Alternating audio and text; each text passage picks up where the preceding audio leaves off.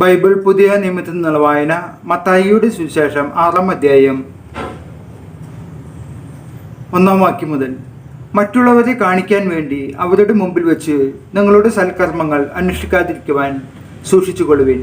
അല്ലെങ്കിൽ നിങ്ങളുടെ സ്വർഗസ്ഥനായ പിതാവെങ്കിൽ നിങ്ങൾക്ക് പ്രതിഫലമില്ല. മറ്റുള്ളവരിൽ നിന്ന് പ്രശംസ ലഭിക്കാൻ കപടനാരകക്കാർ സിനഗോഗുകളിലും തെരുവീതികളിലും ചെയ്യുന്നത് പോലെ നീ ഭിക്ഷ കൊടുക്കുമ്പോൾ നിന്റെ മുമ്പിൽ കാഹളം മുഴക്കരുത്. സത്യമായി ഞാൻ നിങ്ങളോട് പറയുന്നു, അവർക്ക് പ്രതിഫലം ലഭിച്ചു കഴിഞ്ഞു. നീ ദാനധർമ്മം ചെയ്യുമ്പോൾ അത് രഹസ്യമായിരിക്കേണ്ടതിന് നിന്റെ വലത് കൈ ചെയ്യുന്നത് ഇടത് കൈ അറിയാതിരിക്കട്ടെ. രഹസ്യങ്ങൾ അറിയുന്ന നിന്റെ പിതാവ് നിനക്ക് പ്രതിഫലം നൽകും. നിങ്ങൾ പ്രാർത്ഥിക്കുമ്പോൾ കപടനാടിക്കാരെ പോലെ ആകരുത്. അവർ മറ്റുള്ളവരെ കാണിക്കാൻ വേണ്ടി സിനഗോഗുകളിലും തെരുവീതികളുടെ കോണുകളിലും നിന്ന് പ്രാർത്ഥിക്കാനാണ് ഇഷ്ടപ്പെടുന്നത്.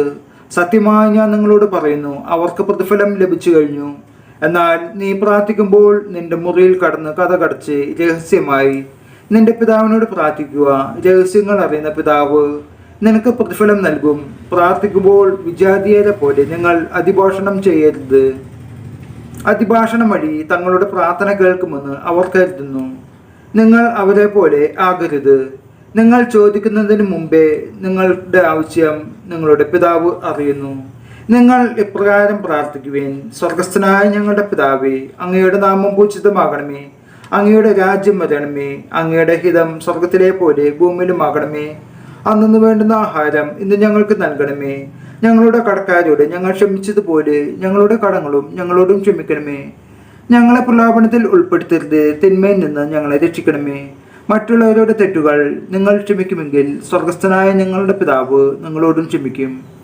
മറ്റുള്ളവരോട് നിങ്ങൾ ക്ഷമിക്കുകയില്ലെങ്കിൽ നിങ്ങളുടെ പിതാവ് നിങ്ങളുടെ തെറ്റുകളും ക്ഷമിക്കുകയില്ല. നിങ്ങൾ ഉപവാസിക്കുമ്പോൾ കപടനാടിക്കാരെ പോലെ വിഷാദം ഭാവിക്കരുത്. തങ്ങൾ ഉപവസിക്കുന്നുവെന്ന് അന്യരെ കാണിക്കാൻ വേണ്ടി അവർ മുഖം വൃദ്ധമാക്കുന്നു. സത്യമായി ഞാൻ നിങ്ങളോട് പറയുന്നു, അവർക്ക് പ്രതിഫലം ലഭിച്ചു കഴിഞ്ഞു. എന്നാൽ നീ ഉപവസിക്കുന്നത് അദർശനായ പിതാവല്ലാതെ മറ്റാരും കാണാതിരിക്കേണ്ടതിന് ശിരസിൽ തൈലം പുരട്ടുകയും മുഖം കഴുകുകയും ചെയ്യുക. രഹസ്യങ്ങൾ അറിയുന്ന പിതാവ് നിനക്ക് പ്രതിഫലം നൽകും. ഭൂമിയിൽ നിക്ഷേപം കരുതി വെക്കരുത്. തുരുമ്പും കീടങ്ങളും അവ നശിപ്പിക്കും. കള്ളന്മാർ തുറന്നു മോഷ്ടിക്കും. എന്നാൽ സ്വർഗത്തിൽ നിങ്ങൾക്കായി നിക്ഷേപങ്ങൾ കരുതി വെക്കുക. അവിടെ തുരുമ്പും കീടങ്ങളും അവ നശിപ്പിക്കുകയില്ല, കള്ളന്മാർ മോഷ്ടിക്കുകയില്ല. നിങ്ങളുടെ നിക്ഷേപം എവിടെയോ അവിടെയായിരിക്കും നിങ്ങളുടെ ഹൃദയവും. കണ്ണാണ് ശരീരത്തിന്റെ വിളക്ക്. കണ്ണ് കുറ്റമറ്റതെങ്കിൽ ശരീരം മുഴുവനും പ്രകാശിക്കും. കണ്ണ് ദുഷ്ടമാണെങ്കിലോ ശരീരം മുഴുവൻ ഇരുണ്ടുപോകും. നിന്നിലെ പ്രകാശം അന്ധകാരമാണെങ്കിൽ അന്ധകാരം എത്രയോ വലുതായിരിക്കും. രണ്ട് യജമാനന്മാരെ സേവിക്കാൻ ആർക്കും സാധിക്കുകയില്ല. ഒന്നുകിൽ ഒരുവനെ ദേഷിക്കുകയും അപരനെ സ്നേഹിക്കുകയും ചെയ്യും, അല്ലെങ്കിൽ ഒരുവനെ ബഹുമാനിക്കുകയും അപരനെ നിന്ദിക്കുകയും ചെയ്യും. ദൈവത്തെയും മാമോനെയും സേവിക്കാൻ നിങ്ങൾക്ക് സാധിക്കുകയില്ല. ഞാൻ നിങ്ങളോട് പറയുന്നു, എന്തു ഭക്ഷിക്കും, എന്തു പാനം ചെയ്യും എന്ന് ജീവനെക്കുറിച്ചോ എന്തു ധരിക്കും എന്ന് ശരീരത്തെക്കുറിച്ചോ നിങ്ങൾ ഉത്കണ്ഠാകുലരാകേണ്ട. ഭക്ഷണത്തേക്കാൾ ജീവനും വസ്ത്രത്തേക്കാൾ ശരീരവും ശ്രേഷ്ഠമല്ലേ? ആകാശത്തിലെ പക്ഷികളെ നോക്കുവിൻ. അവ വിതയ്ക്കുന്നില്ല, കൊയ്യുന്നില്ല, കളപ്പുരയിൽ ശേഖരിക്കുന്നുമില്ല. എങ്കിലും നിങ്ങളുടെ സ്വർഗസ്ഥനായ പിതാവ് അവയെ തീറ്റുപോറ്റുന്നു. അവയേക്കാൾ എത്രയോ വിലപ്പെട്ടവരാണ് നിങ്ങൾ.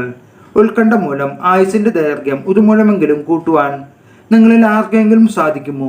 വസ്ത്രത്തെ പറ്റിയും നിങ്ങൾ എന്തിന് ആകുലരാകുന്നു? വയലിലെ ലില്ലികൾ എങ്ങനെ വളരുന്നു എന്ന് നോക്കുക. അവ അധ്വാനിക്കുന്നില്ല, നൂൽ നിൽക്കുന്നുമില്ല. സത്യമായി ഞാൻ നിങ്ങളോട് പറയുന്നു, സോളമൻ പോലും തന്റെ സർവ്വമഹത്വത്തിലും ഇവയിൽ ഒന്നിനേക്കാളും അലങ്കൃതനായിരുന്നില്ല. ഇന്നുള്ളതും നാളെ അടുപ്പിൽ എറിയപ്പെടുന്നതും ആയ പുല്ലിന് ദൈവം ഇപ്രകാരം അലങ്കരിക്കുന്നുവെങ്കിൽ അല്പവിശ്വാസികളെ, നിങ്ങളെ അവിടുന്ന് എത്രയധികം അലങ്കരിക്കുകയില്ല. അതിനാൽ എന്തു ഭക്ഷിക്കും, എന്തു പാനം ചെയ്യും, എന്തു ധരിക്കും എന്ന് വിചാരിച്ച് നിങ്ങൾ ആകുലരാകേണ്ട. വിജാതീയരാണ് ഇവയെല്ലാം അന്വേഷിക്കുന്നത്. നിങ്ങൾക്ക് ഇവയെല്ലാം ആവശ്യമാണെന്ന് നിങ്ങളുടെ സ്വർഗീയ പിതാവ് അറിയുന്നു. നിങ്ങൾ ആദ്യം അവിടുത്തെ രാജ്യവും അവിടുത്തെ നീതിയും അന്വേഷിക്കുക. അതോടൊപ്പം മറ്റുള്ളവയെല്ലാം നിങ്ങൾക്ക് ലഭിക്കും. അതിനാൽ നാളെയെക്കുറിച്ച് നിങ്ങൾ ആകുലരാകരുത്. നാളത്തെ ദിനം തന്നെ അതിനെക്കുറിച്ച് ആകുലപ്പെട്ടുകൊള്ളും. ഓരോ ദിവസത്തിനും അതിൻ്റെ ക്ലേശം മതി. നമ്മുടെ കർത്താവായ യേശു മിശിഹായ്ക്ക് സ്തുതി.